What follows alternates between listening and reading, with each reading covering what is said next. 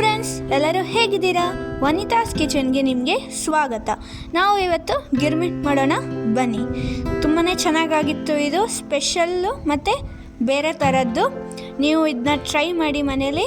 ಈಗ ನಾವು ಒಂದು ಪಾತ್ರೆಗೆ ಆಯಿಲ್ನ ಹಾಕ್ಕೊಳ್ಳೋಣ. ಆಮೇಲೆ ನೀವು ಇಲ್ಲಿ ಈರುಳ್ಳಿನ ಕಟ್ ಮಾಡಿಟ್ಕೊಳ್ಳಿ. ಆಮೇಲೆ ಮೆಣಸು, ಆಮೇಲೆ ಕರಿಬೇವು ಸೊಪ್ಪನ್ನ ತಗೊಳ್ಳಿ. ಈಗ ಆಯಿಲ್ ಬಿಸಿ ಆಗಿರುತ್ತಲ್ಲ, ಅದಕ್ಕೆ ನೀವು ಸಾಸಿವೆ ಕಾಳನ್ನ ಹಾಕ್ಕೊಳ್ಳಿ. ನೋಡಿ, ಈ ಥರ ಆಗುತ್ತೆ ನೋಡಿ. ಈಗ ನೀವು ಜೀರಿಗೆನ ಹಾಕ್ಕೊಳ್ಳಿ, ಓಕೆನಾ, ಟೇಸ್ಟಿಗೋಸ್ಕರ. ಆಮೇಲೆ ನೀವು ಕರಿಬೇವು ಸೊಪ್ಪನ್ನ ತಗೊಂಡಿದ್ರಲ್ಲ, ಅದನ್ನ ಹಾಕ್ಕೊಳ್ಳಿ. ನೋಡಿ, ಈಗ ನಾವು ಎಷ್ಟು ಮೆಣಸು ಬೇಕೋ ನೀವು ಅಷ್ಟು ತಗೊಳ್ಳಿ. ಮೆಣಸು ಹಾಕ್ಕೊಳ್ಳೋಣ. ಇದಕ್ಕೆ ಸ್ವಲ್ಪ ನೀವು ಅರಿಶಿನ ಹಾಕ್ಕೊಳ್ಳಿ. ನೋಡಿ, ಆಮೇಲೆ ಇದನ್ನ ಚೆನ್ನಾಗಿ ಮಿಕ್ಸ್ ಮಾಡ್ಕೊಳ್ಳಿ. ಗಿರ್ಮಿಟ್ನ ನೀವು ಹೊರಗಡೆ ತಿಂತೀರಲ್ಲ, ಅದೇ ಟೇಸ್ಟ್ ಬರುತ್ತೆ. ಈಗ ನಾವು ಇದಕ್ಕೆ ಈರುಳ್ಳಿನ ಹಾಕ್ಕೊಂಡು ಮಿಕ್ಸ್ ಮಾಡ್ಕೊಳ್ಳೋಣ.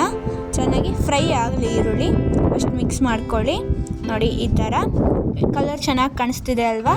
ಈಗ ರುಚಿಗೆ ತಕ್ಕಷ್ಟು ಉಪ್ಪನ್ನು ಹಾಕ್ಕೊಂಡು ಮಿಕ್ಸ್ ಮಾಡ್ಕೊಳ್ಳಿ. ಇದನ್ನು ನೀವು ಸಂಜೆ ಟೈಮಲ್ಲಿ ಮಾಡ್ಕೊಳ್ಬೋದು, ಸ್ನ್ಯಾಕ್ಸ್ ಥರ. ಈಗ ಹುಳಿಗೋಸ್ಕರ ನೀವು ಹುಣಸೆ ಹಣ್ಣಿನ ರಸನ ಹಾಕ್ಕೊಳ್ಳಿ. ನೋಡಿ, ಈ ಥರ. ಆಮೇಲೆ ಮಿಕ್ಸ್ ಮಾಡ್ಕೊಳ್ಳಿ. ಈಗ ನಾವು ಸ್ವಲ್ಪ ಸ್ವೀಟಿಗೋಸ್ಕರ ನಾವು ಇಲ್ಲಿ ಬೆಲ್ಲನ ಹಾಕ್ಕೊಳ್ತಾ ಇದ್ದೀವಿ. ಸ್ವಲ್ಪ ಬೆಲ್ಲ ಹಾಕ್ಕೊಂಡು ನೀವು ಸಹ ಮಿಕ್ಸ್ ಮಾಡ್ಕೊಳ್ಳಿ. ನೋಡಿ, ಈ ಥರ. ಈಗ ಇಷ್ಟು ಮಾಡ್ಕೊಂಡಾಯಿತು ನೋಡಿ, ಈ ಥರ ಆಗಬೇಕು. ಈಗ ನಾವು ಒಂದು ಬೌಲಲ್ಲಿ ಹುರಿಗಡಲೆನ ತಗೊಳ್ಳೋಣ. ಆಮೇಲೆ ನಾವು ಇದನ್ನ ಮಿಕ್ಸರ್ ಜಾರಿಗೆ ಹಾಕ್ಕೊಂಡು ಪೌಡರ್ ಮಾಡ್ಕೊಳ್ಳೋಣ. ಈಗ ನಾವಿಲ್ಲಿ 1 ಟೊಮೆಟೊ, 1 ಈರುಳ್ಳಿ ಮತ್ತು ಸ್ವಲ್ಪ ಕೊತ್ತಂಬರಿ ಸೊಪ್ಪನ್ನು ತಗೊಳ್ಳೋಣ. ನೋಡಿ, ಇಷ್ಟು ತಗೊಳ್ಳಿ.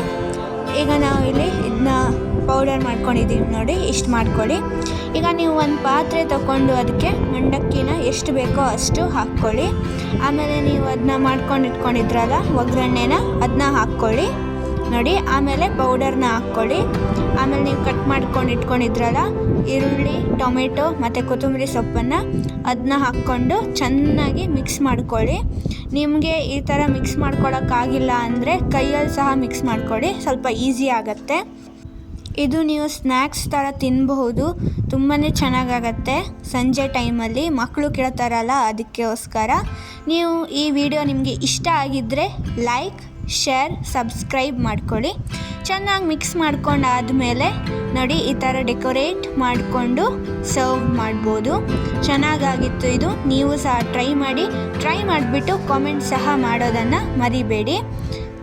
ನೀವು ನೋಡಬಹುದು ಎಷ್ಟು ಚೆನ್ನಾಗಿ ಕಾಣಿಸ್ತಿದೆ ಅಂತ. ಟೇಸ್ಟಿನೂ ಇತ್ತು. ಎಷ್ಟು ಚೆನ್ನಾಗಿ ಕಾಣಿಸ್ತಿದೆಯೋ ಅಷ್ಟೇ ಚೆನ್ನಾಗಿ ಟೇಸ್ಟ್ ಸಹ ಇತ್ತು.